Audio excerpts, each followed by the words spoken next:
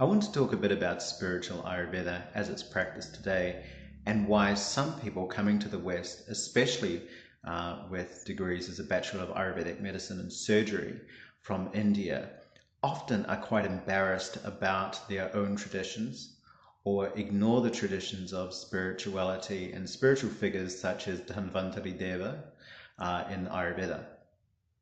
First up, we have to understand that myths, legends, and symbols are part and parcel of healing our psyche.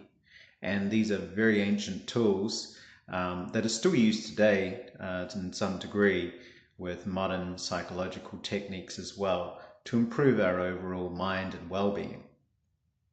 In ancient times, they knew the symbols behind things.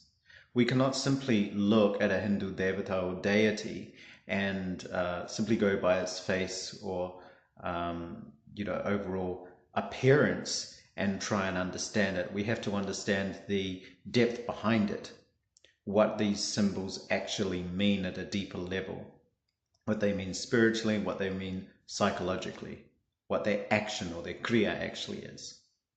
For a start, we have to look at one important thing that a lot of people do not address or do not consider when looking at the spiritual tradition within Ayurveda. That Ayurveda, or Hinduism in general, is very different, radically different to the West. There is no system where you have the church or religion on one side and science on the other side, opposing religion. There are no two polar sides there, repelling each other. It's very, very different. For a start, we have the Shaddarsanas, or six systems of Hindu philosophy. These six systems we can see not only in the sciences of Ayurveda, but in mainstream Hinduism itself, especially interwoven within the Bhakti tradition of the Puranas, or the ancient mythological and historical texts.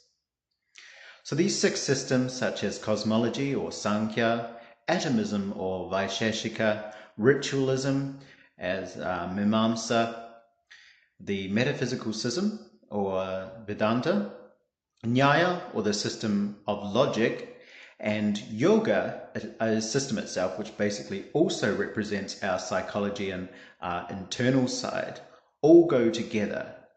They are not separated. They are not separate schools.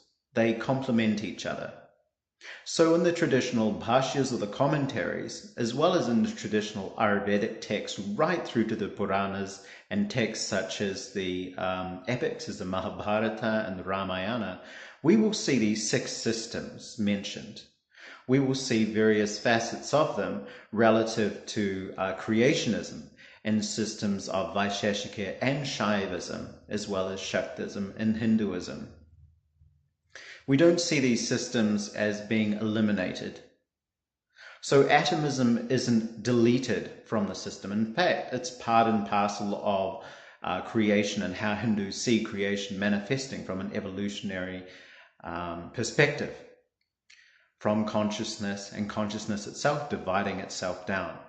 Again, this is very, very different, radically different from the Western view or the Abrahamic view, where we have one God who speaks or says something and creation just happens. We are not supposed to question it. We're supposed to believe this is true. The Brahmins of India, however, had a very scientific bent. Seers such as Pingalacharya, who was also a famous grammarian, was also a great mathematician. Others such as Aryabhata were well known for their contributions to mathematics and astronomy. And many of the rishis themselves composed various texts on mathematics, astronomy, medicine, and other sciences that made their way into the Arab world and finally into the Latin world.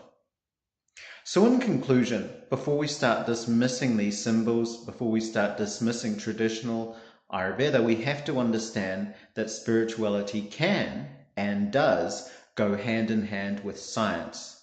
And science likewise can go hand in hand with spirituality. We just have to understand it from a different level, from a traditional level as they do in ancient India and China, not from the Western level of Abrahamic faiths. Namaste.